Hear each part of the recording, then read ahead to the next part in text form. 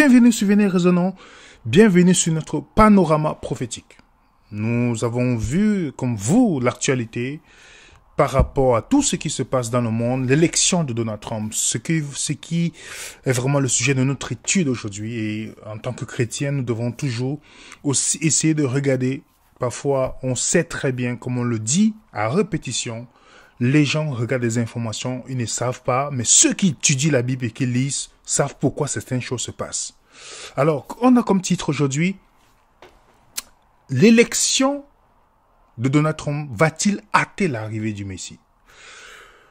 Et c'est une question que même les journaux comme Newsweek avaient posé cette question depuis 2017.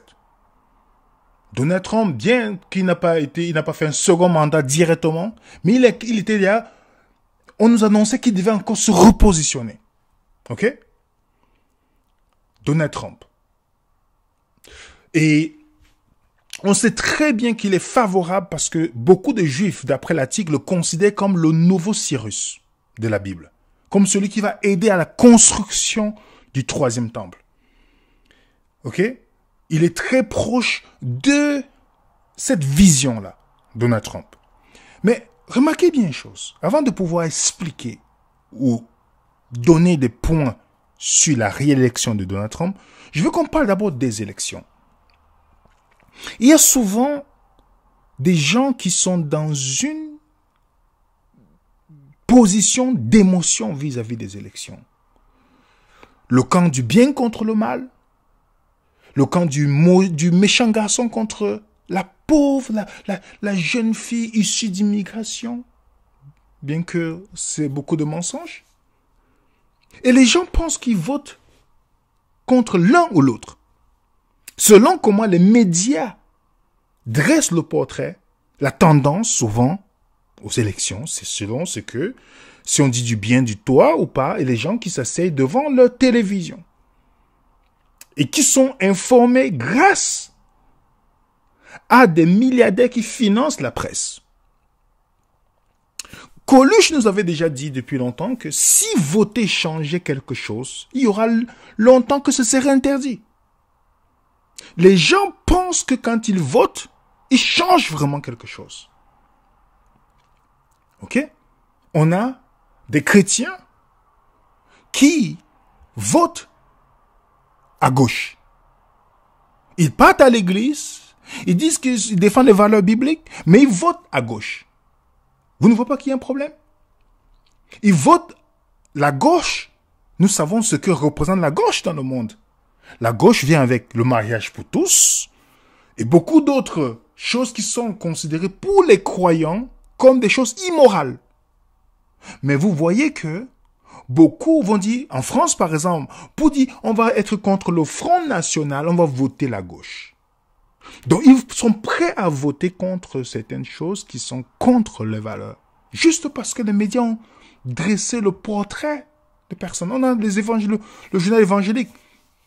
S'appuyant sur une enquête Ipsos, le Centre de recherche politique des sciences a publié une note de recherche. Les protestants auraient l'intention de voter en priorité pour les partis de gauche lors des élections. Donc, qui vous a confiné depuis des années lors du Covid? Qui vous a donné l'obligation de passer tout ça? C'est le parti, pour ceux qui sont en France, c'est le parti de droite ou c'est le parti de gauche? C'est une question qu'on doit se poser. Je ne dis pas que, je suis pas en train de dire que la droite est mieux que la partie de gauche, mais je parle seulement d'une manière logique parce qu'on sait que à la tête, il y a ceux qui le dirigent. Mais juste une manière logique. La Fédération protestante de France publie le communiqué pour les élections législatives. Au cœur de la campagne législative, dans un message publié le 19 juin, la Fédération protestante appelle au vote conscient et responsable. Face à la montée des extrêmes, nous publions l'intégralité de ce texte. Rien ne se construit sur la détestation d'autrui. Donc, quand on parle d'extrême, on parle de qui? L'extrême droite. Alors, qu'est-ce qu'un chrétien qui est conscient des choses de ce monde? Est-ce qu'un chrétien qui est conscient des choses de ce monde doit même se donner son avis sur la politique, sachant très bien le pouvoir politique, sachant très bien tout ce qui se passe et tout ce qui se passe au niveau de la politique.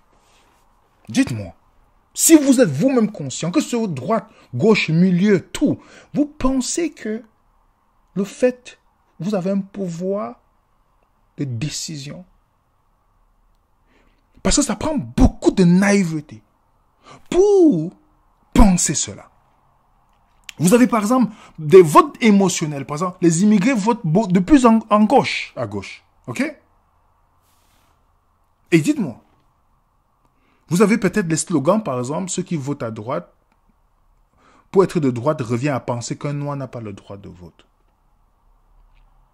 Vous avez par exemple les footballeurs qui disent non contre le rassemblement national. On a toutes ces choses émotionnelles. Et remarquez bien, en Martinique, un vote massif pour la gauche, héritage d'un ancrage historique.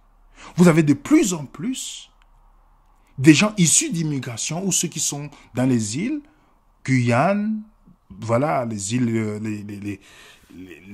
l'outre-mer, comme on dit souvent, la Guyane, la France, la Martinique, la Guadeloupe, ils votent beaucoup plus à gauche.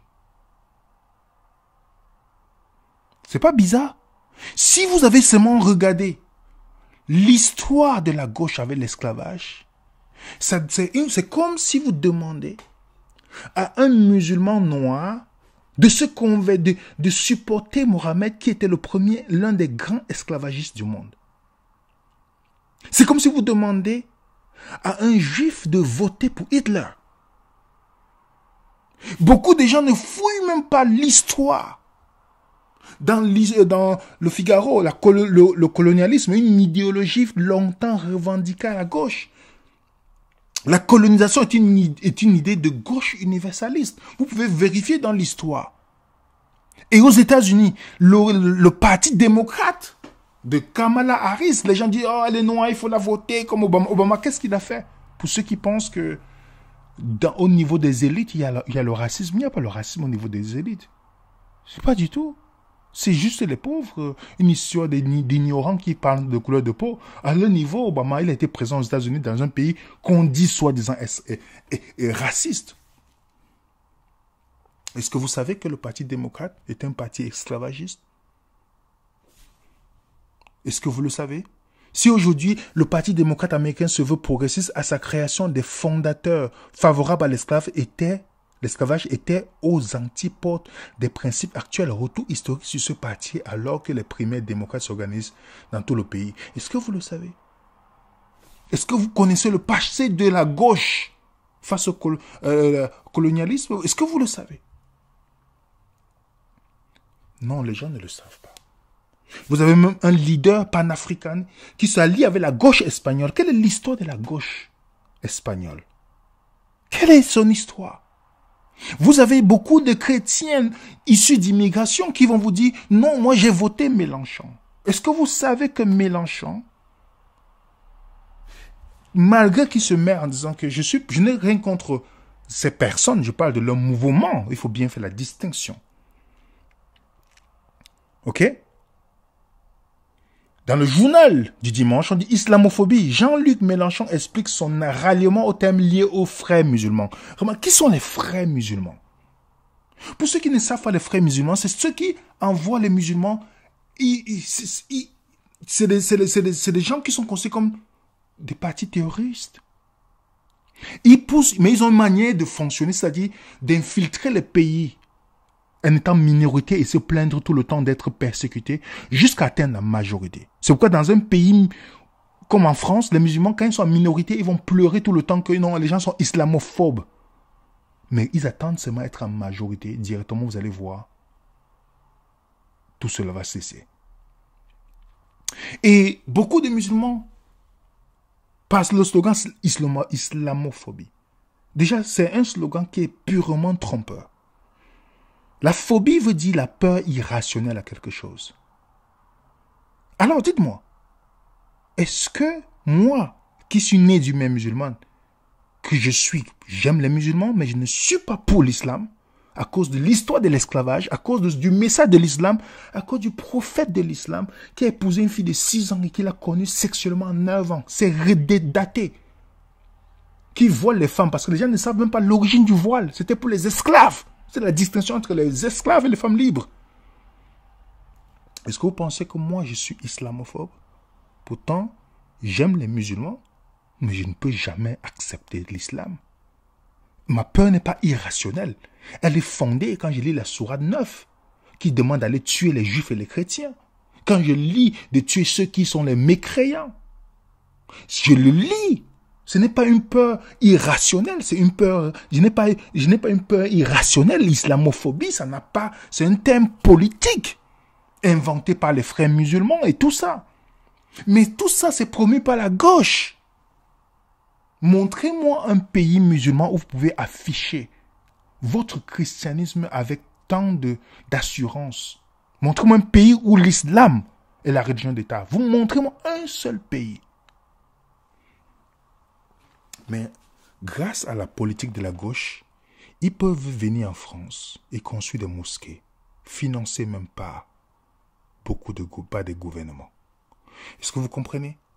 Mais beaucoup de gens vont voter. Et les chrétiens, moi je ne parle pas à tout le monde ici, je parle aux chrétiens. Donc quand vous voyez la politique, quand vous voyez les politiciens, ne tombez pas sur l'émotion. Il y a une histoire qui m'a marqué. Je ne sais pas si vous la connaissez. Moi, je suis curieux de connaître les changements politiques dans les pays. Si vous connaissez l'histoire de Kennedy et Martin Luther King Jr., il y avait des élections aux États-Unis. Avant de venir sur notre question, je vais vous donner pourquoi. Il y avait les élections entre deux candidats, Nixon et Kennedy.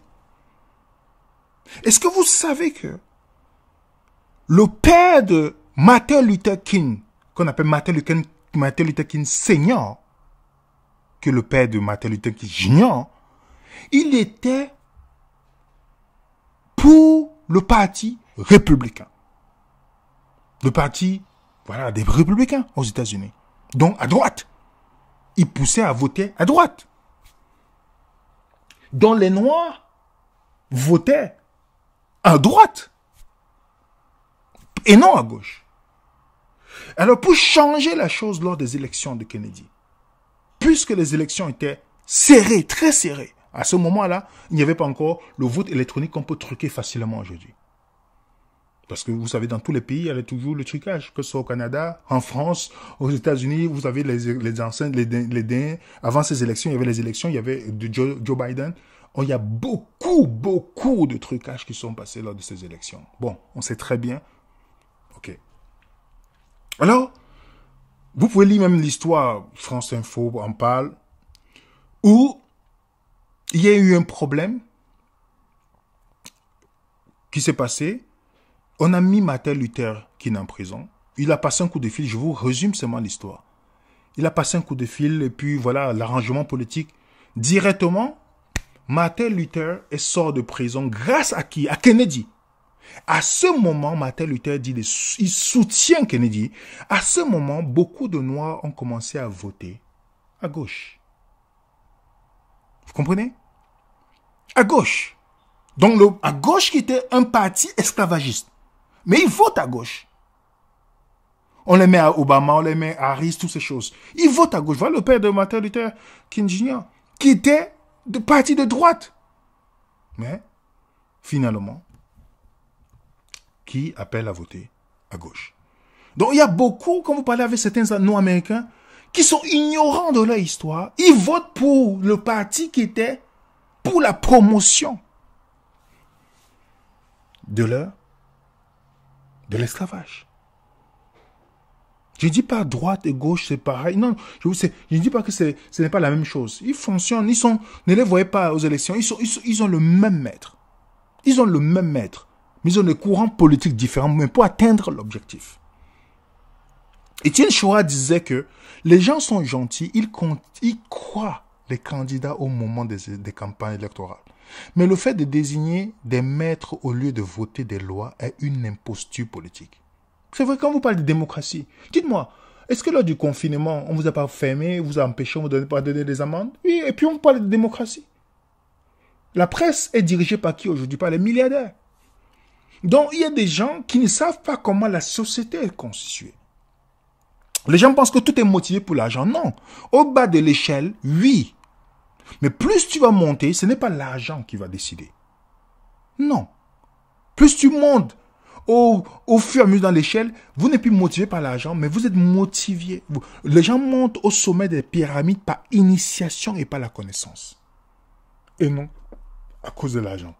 Et vous pouvez penser que votre président est à la tête, mais pourtant, il est peut-être en bas. Oui. Les présidents prennent des ordres de ceux qui sont au-dessus d'eux. Si vous pensez que Macron, Trump sont à la tête, vous êtes vraiment naïf. On est naïf. Le fait de le croire, on est naïf. Mais n'oubliez pas que ces gens, ils sont là pour un agenda, ils sont là pour un scribe. Vous avez lors des élections où on a trouvé Kamala Harris avec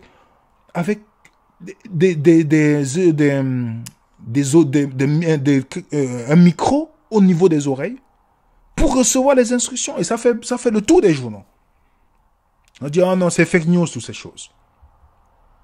Vous savez que c'est un script. Même les journaux, quand vous regardez aujourd'hui au niveau politique, les journaux ne font que répéter. Je vous donne un exemple. Hi, I'm Fox San Antonio's Jessica Headley. And I'm Ryan Wolf. Our greatest responsibility is to serve our Treasure Valley communities, the El Paso, Las Cruces communities, Eastern Iowa communities, Mid-Michigan communities.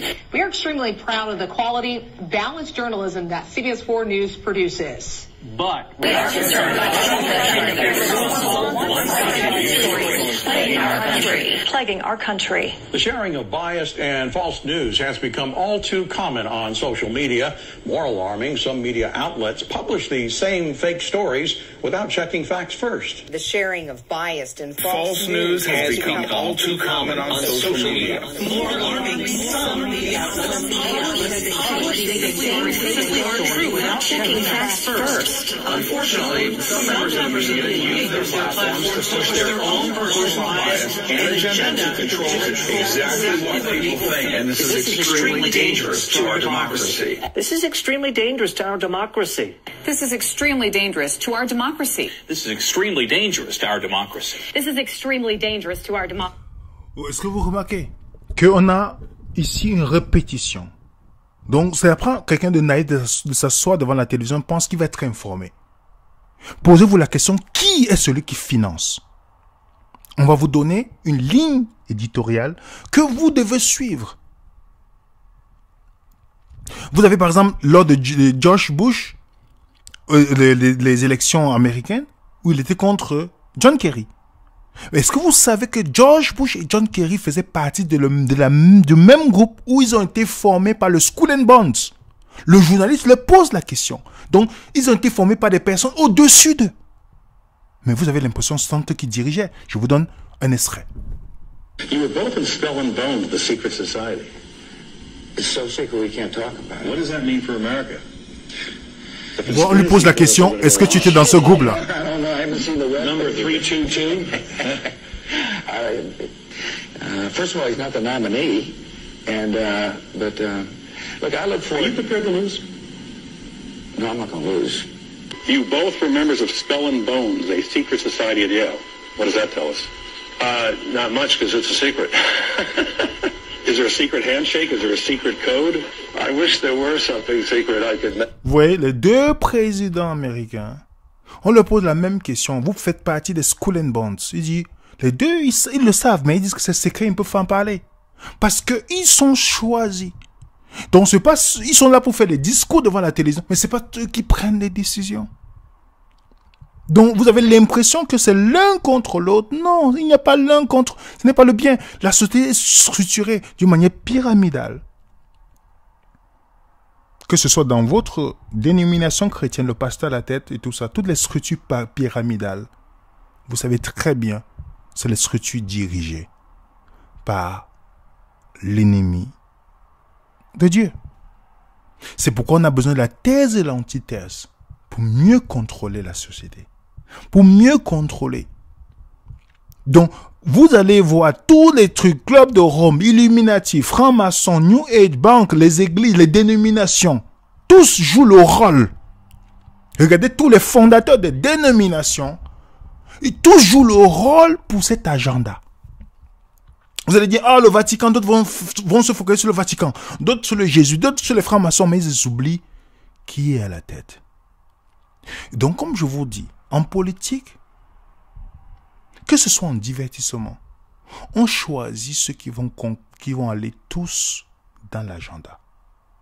Je vais vous donner encore un autre exemple de vidéo. Juste pour, avant de répondre, est-ce que Trump, je veux seulement comme nous puissions sortir de la sphère émotionnelle. Oh, tel candidat contre tel candidat. Nous, chrétiens, on n'est pas à ce niveau-là.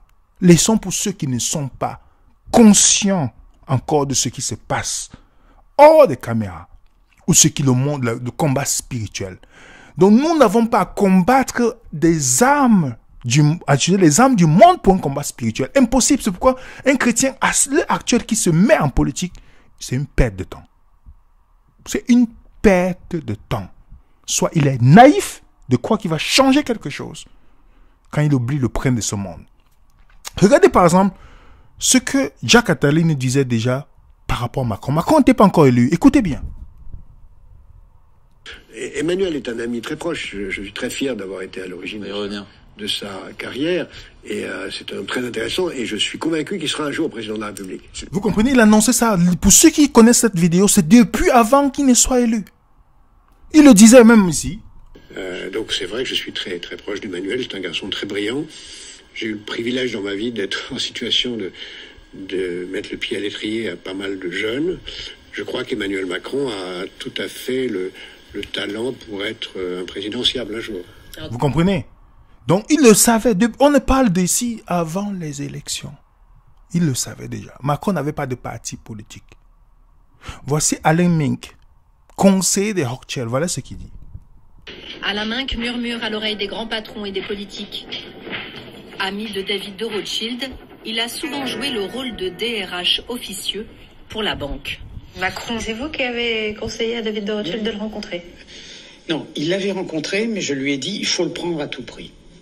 Mais pourquoi il faut le prendre à tout prix? Parce qu'il était exceptionnellement charmant et intelligent. Et que ce sont les qualités d'un banquier d'affaires. Un banquier d'affaires doit être intelligent, souple, rapide, et s'il peut être en plus charmant, parce que c'est quand même un métier de pute, évidemment, c'est une qualité, et il les avait toutes, et il a merveilleusement réussi. Donc, remarquez bien, un monsieur qui est devenu président sans parti, sans rien du tout. Les médias directement ont parlé. Qui se finance les médias? Il était en boucle comme le Messie qui devait sauver la France. Mais Macron n'est pas là pour servir la France. Il est venu pour servir ceux qui l'ont mis là. Il est en mission. Lui-même, il le dit. Je crois jamais avoir eu le sentiment que je faisais une carrière. Et depuis que je suis rentré dans le champ politique, je vis ça comme une mission. Il y a une dimension de spiritualité. Il y en a une. Et en tout cas, la conviction qu'il existe une transcendance, oui. Quelque chose qui dépasse. Qui vous dépasse. Qui vous a précédé et qui restera. Quelqu'un qui a mission. Donc, il était déjà choisi depuis longtemps. Et on connaît déjà son successeur. Jacques Attali le dit. Je crois que je connais celle qui viendra après lui. Vous comprenez? Suivez la vidéo. Vous tapez seulement Jacques Attali, prédiction. Vous allez voir. Donc, quand vous regardez de plus près, vous avez l'impression que vous participez à un jeu, à la politique. Mais écoutez, les dés sont pipés d'avance. Donc, inutile de vous déchirer, telle personne est pour telle ou telle. Non. Eux, c'est des copains, comme Coluche disait. C'est des copains. Ils se voient le soir, ils prennent le café ensemble, ils discutent, ils échangent. Mais devant les caméras, on pense qu'ils sont ennemis. Non, vous savez combien, le fait d'être d'abord, combien de députés, vous savez les retraites qu'ils ont. C'est le bas peuple qui souffre. Vous savez les retraites, les accumulations de postes qu'ils ont. Tout ce qu'on leur donne. comme des frères. Ils ne seront jamais pauvres. Donc, ils viennent là pour représenter le peuple. Mais dites-moi, beaucoup ne connaissent même pas le prix d'une baguette de pain. Donc, inutile de vous battre, inutile de vous perdre. Surtout, vous êtes chrétiens. Alors, revenons sur Trump. Parce que c'est une chose importante de le rappeler. Les chrétiens de droite qui croient que Trump a été envoyé par Dieu. L'élection de Trump, ce n'est pas seulement une simple élection. Tous ceux les milliardaires chrétiens aux États-Unis, tous ceux qui poussent pour que Trump, qui ont poussé pour qu'il soit président, il y a une raison. Les premiers supporters de Trump ne sont pas les juifs, parce que beaucoup de gens pensent. C'est les chrétiens évangéliques, pentecôtistes, tout ce qu'il faut mettre à l'intérieur. Pourquoi les évangéliques soutiennent Trump? La majorité des protestants et des catholiques soutiennent Trump contre Harris, selon un sondage. Trump devance Harris parmi les électeurs catholiques des États clés, selon un sondage. Vous savez que c'est très important quand vous avez l'électorat chrétien pour vous. C'est capital. Pourquoi la majorité des chrétiens, des évangéliques soutiennent, pourquoi les évangéliques soutiennent majoritairement Donald Trump? Vous voyez les photos qu'il est en train de prier avec eux. Pourtant, Trump, il ne reflète pas l'Américain chrétien par excellence. Il a divorcé 3 fois. Il a beaucoup de scandales avec les femmes. Il ne représente pas cela.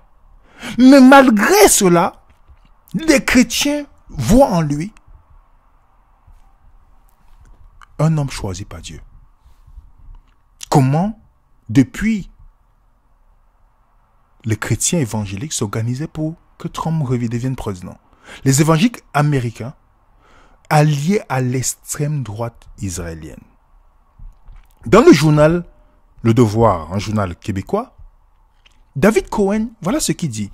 Les plus grands alliés du gouvernement Netanyahou aux États-Unis n'est pas la communauté juive, comme beaucoup le pensent, mais la communauté chrétienne évangélique. De plus, il commence à y avoir des fissures dans les soutiens des juifs américains au gouvernement de droite israélien. Même si la communauté juive américaine demeure totalement solidaire de l'État d'Israël. 2 leaders de la communauté évangélique et supporters actifs du président Trump durant la dernière élection, Robert Jeffers et John Hagee, ont été invités par l'ambassadeur des États-Unis en Israël, David Friedman, à prononcer le discours d'ouverture et la fermeture lors de la cérémonie d'inauguration de la nouvelle ambassade américaine à Jérusalem. Vous savez que l'ambassade a changé. Grâce à Trump, c'est quitté de Tel Aviv pour où? Pour Jérusalem. Pourquoi l'ambassade américaine va à Jérusalem? Pour Donald Trump, les chrétiens aiment Israël plus que les juifs. Regardez ce que l'article de Monde dit. Ces chrétiens dont le soutien à Israël est, selon Trump, plus fort que celui des juifs, participent d'un sionisme chrétien apparu dans le protestantisme anglo-saxon entre 1840 et 1850, soit un demi-siècle avant le sionisme proprement juif. Alors que le sionisme juif entend construire le peuple juif en nation face à l'antisémitisme européen, le sionisme chrétien se développe autour d'une lecture dite évangélique de l'Ancien Testament. Le salut des fidèles chrétiens dépend, dans cette dogmatique évangélique, de la restauration du peuple juif sur la terre d'Israël. Restauration qui est le préalable à l'instauration du royaume de Dieu. Chicago accueille dès 1890, soit 7 ans avant le congrès fondateur du sionisme juif à Bâle, une conférence dont l'organisateur d'un prédicateur évangélique prêche de rendre la Palestine aux Juifs. Les élus de la mouvance évangélique soutiennent dans le même élan les restrictions de 1921 à 1924 à l'immigration, notamment juive, aux États-Unis, et l'établissement d'un foyer national pour le peuple juif dans la Palestine passée sous mandat britannique.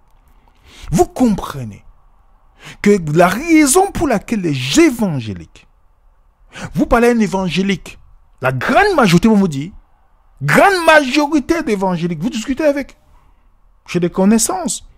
Ils vont dire oui, il faut que Israël, ils ont une croyance à Israël littérale. Israël, donc quand vous voyez Jérusalem là, ils voient ça comme une terre sainte. Comme si Dieu, selon la Bible, est encore une terre sainte. J'ai dit là où 2 ou 3 sont reçus avec vous. Pour eux, ils voient ça comme la terre sainte. Ils voient ça comme un endroit capital pour le royaume. C'est pourquoi ils croient l'enlèvement secret en grande majorité. L'enlèvement secret. Est-ce que vous comprenez? Jérusalem, qui sont les chrétiens sionistes derrière la décision de Trump. Le sionisme chrétien est un courant du christianisme évangélique selon laquelle la création de l'État d'Israël est en accord avec les prophéties bibliques et prépare le retour de Jésus comme Christ en gloire. Quel Jésus?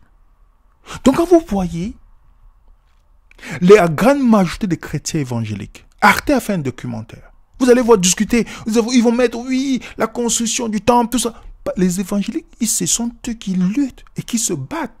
Pourquoi Trump? Trump était celui qui remplissait les caractéristiques pour la construction. Parce qu'il est considéré par les Juifs comme le Cyrus. Cyrus, c'est celui qui a aidé à la reconstruction de Jérusalem. Vous vous rappelez? Donc, selon la numérologie biblique, Trump est celui qui correspond le plus à Cyrus. On compare Cyrus parce que c'est le libérateur d'Israël qui a permis la construction.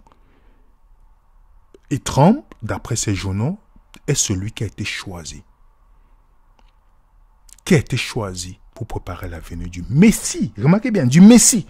Donc pour eux, le Messie n'est pas encore venu. Et pour vous rappeler, il y a une guerre qui a fait beaucoup de morts entre les Juifs et les Palestiniens, récemment. Vous vous rappelez de cette vidéo? Tout est parti de quoi? De la vache rousse.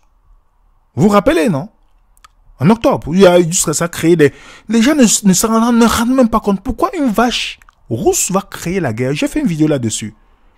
On dit, en Israël, 5 vaches responsables d'un possible regain de tension entre Juifs et musulmans. Vous vous rappelez de cette vidéo? Elle est encore disponible sur notre chaîne YouTube, Panorama prophétique, où j'expliquais que la vache rousse est ce qui va permettre à la mise en place du 3e temple.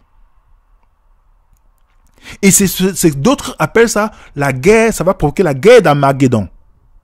Ça, c'est une chaîne américaine qui le dit. Could a Texas cow start Armageddon in the Middle East in April 2024? Vous comprenez? Et une autre chaîne américaine, CBS. The conflict in Gaza now entering its 6th month. The Israeli operation to root out Hamas terrorists there has resulted in the deaths of 30,000 Palestinians and 242 Israeli soldiers. The war started after Hamas attacked Israel on October 7th, killing almost 1,200 people and taking nearly 230 hostage, some still in captivity. Despite the deadly outcome across the region, one trigger for the Hamas rampage has been widely overlooked. Chris Livesay has the story from Jerusalem. The infamous October 7 massacre that sparked a war. But one confounding yet eye-opening motive has escaped the headlines.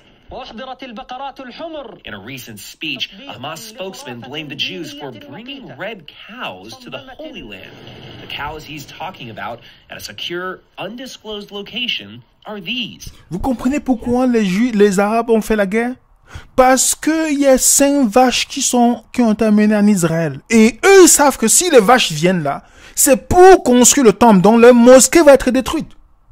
Donc, les gens ne se rendent même pas compte lorsqu'ils suivent l'actualité. Parce qu'il y a de plus en plus une montée de la construction du 3e temple. Oui, si Cyrus, qui représente Trump, doit être là, il y a un site pour construire, pour même participer. Et beaucoup d'évangéliques participent. Parce que c'est pour eux, c'est très important, la construction de ce temple. Oui. Oui. Vous partez sur place, regardez quelques vidéos. A massive altar already awaits, where the heifers are to be burned. According to some believers, the ceremony needs to be performed right here on the Mount of Olives, looking directly into where the temple once stood. But something else now stands in its place. Vous comprenez? Il est en train d'expliquer que il y a la préparation qui se fait déjà. Il y a une préparation. Et il n'y a que le mosquée qui dérange pour l'instant. Ils ont à préparer les hôtels, comment tout va être mis en place. Même Jacques Attali a annoncé que Jérusalem sera la capitale. Mais en fait, l'autre situation idéale, c'est une ville qui soit en quelque sorte la capitale planétaire d'un univers. On peut imaginer un gouvernement mondial à Jérusalem, puisque c'est là où sera le point de rencontre de tout le monde. Mais ce qui est aussi le plus vraisemblable, c'est en même temps, est-ce qu'on n'est pas en train de détruire l'influence palestinienne en modifiant cet équilibre géographique? Oui, bien sûr. Bien sûr. La stratégie israélienne, c'est de créer des conditions de l'impossibilité d'une ville arabe. C'est pour ça que... Alors que la population arabe devient de plus en plus présente et importante dans la ville. Dans la ville, mais en même temps, elle est mêlée avec d'autres.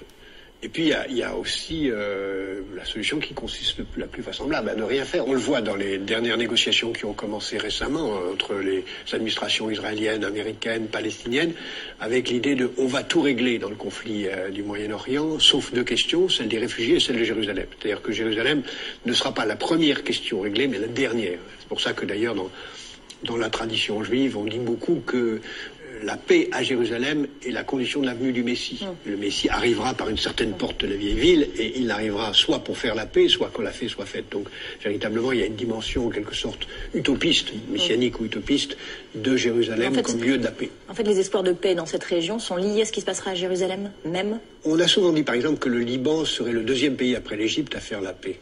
Pas jamais le premier. En fait, on se rend bien compte que le Liban sera le dernier pays à faire la paix. Et bien là, de la même façon, je pense que Jérusalem sera le dernier problème résolu. Parce que personne n'a intérêt à céder, ni les Palestiniens qui ne reconnaîtront pas l'indivisibilité israélienne, ni les Israéliens qui n'accepteront pas. Donc je pense que le statu quo est le plus vraisemblable, même si on peut imaginer, rêver d'un Jérusalem devenant capitale de la planète, qui sera un jour unifié autour d'un gouvernement mondial. C'est un joli lieu pour un gouvernement mondial. Merci Jacques Attali, à la semaine prochaine. Vous avez compris. Donc imaginez, dans un endroit où il y a un conflit, qui est derrière? Ça ne peut pas la venue de qui en fait? Qui viendra? La Bible nous dit que Satan lui-même se déguise en ange de lumière. Quand on dit antéchrist, c'est quoi? Avant le Christ, n'est-ce pas? Il est en train de préparer sa venue. Parce que les Juifs attendent le retour de Messie. Oui. Vous avez les musulmans qui attendent le Mahdi. Vous avez le New Age qui attend l'homme Maitreya. Et tout ça dans l'écuménisme.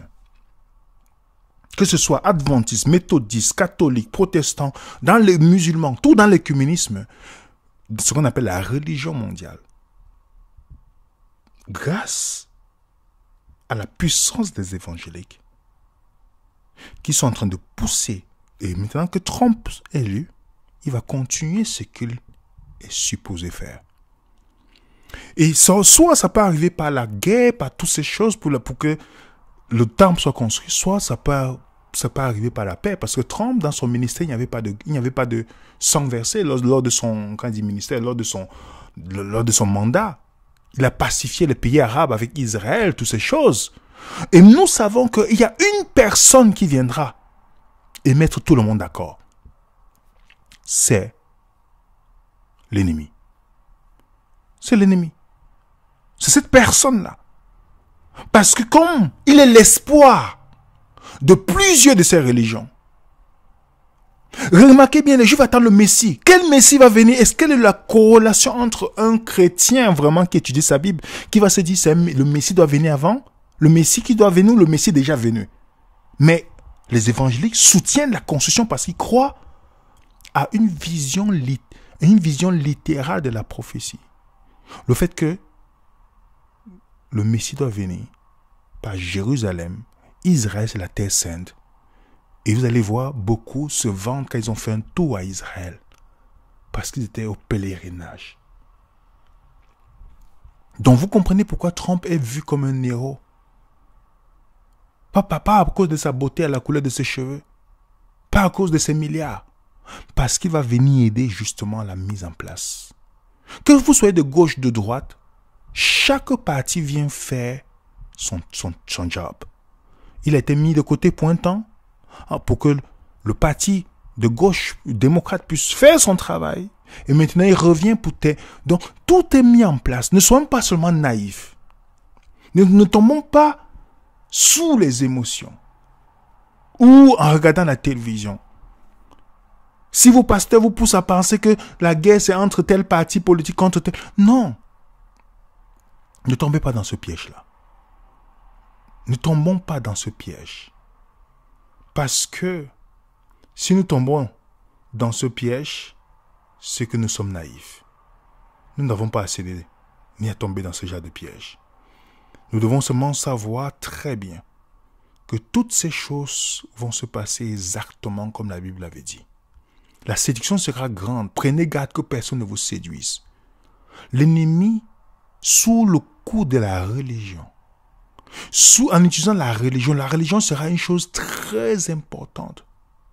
Toutes les dénominations que vous voyez là vont jouer un rôle, pas pour le Christ, mais contre le Christ, en passant servir le Christ. Il suffit de regarder le Jésus de chaque dénomination.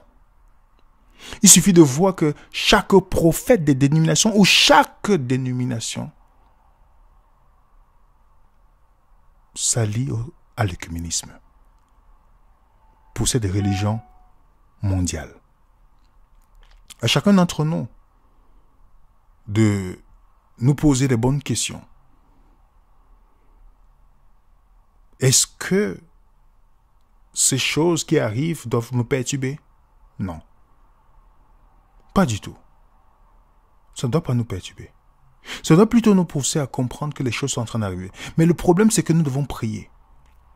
Parce que tant qu'on est encore attaché à la dénomination, il serait difficile pour nous de pouvoir se défaire de la vision qui serait imposée par les soi-disant dirigeants de ces dénominations. Il est temps de servir le Christ et non de servir les systèmes des hommes. Parce que tous ces systèmes des hommes, bien qu'ils vous fassent croire que vous êtes dans la spiritualité, ils vous font croire que vous êtes en train de marcher avec Dieu, en fait, ils sont en train de faire la promotion de leurs fausses doctrines qui vont vous préparer à recevoir l'ennemi du Christ. Regardez le nombre d'évangéliques dans le monde. Regardez le nombre d'apôtres qu'ils ont, le nombre de prophètes qu'ils ont. Mais tous ont le même discours à la fin. Il faut la construction du temple en Israël. Israël doit revenir. Le temple doit être là. Pourquoi? N'ont-ils pas lu dans la Bible que Satan viendra avant? Vous pensez que pour que Jésus vienne, il faut verser autant de sang dans un endroit? Faites attention, les amis. L'écuménisme et toutes ces choses. L'élection de Trump, ce n'est pas juste un simple hasard. Ce n'est pas une simple... Il y a une raison claire et nette derrière l'élection de cet homme-là. Ne soyons pas seulement naïfs. Il est venu pour remplir l'agenda de ceux qui l'ont mis là. Ceux qui sont au-dessus de lui. Ah oui. Il n'est pas là au hasard. Donc quand vous voyez les évangéliques pousser, c'est parce que tous avec l'écuménisme sont là pour le service. Je ne parle pas de ceux qui sont sincères, je parle de dirigeants qui sont là. Ils sont là pour le service de l'ennemi du Christ. En tout cas, il est élu et le temple est en train de se préparer. Que Dieu nous aide à nous rapprocher plus près de lui, à étudier notre Bible pour nous-mêmes et ne pas tomber dans la séduction. Qui nous donne l'amour de la vérité et qui nous donne la force et qui nous donne surtout le discernement. Si quelqu'un vous dit le Christ est arrivé quelque part, on sait très bien, Jésus l'a dit, n'y allez pas. Tout le verra quand il viendra. Que la paix du Seigneur soit avec vous et on se dit à très bientôt. Suivez les raisonnants.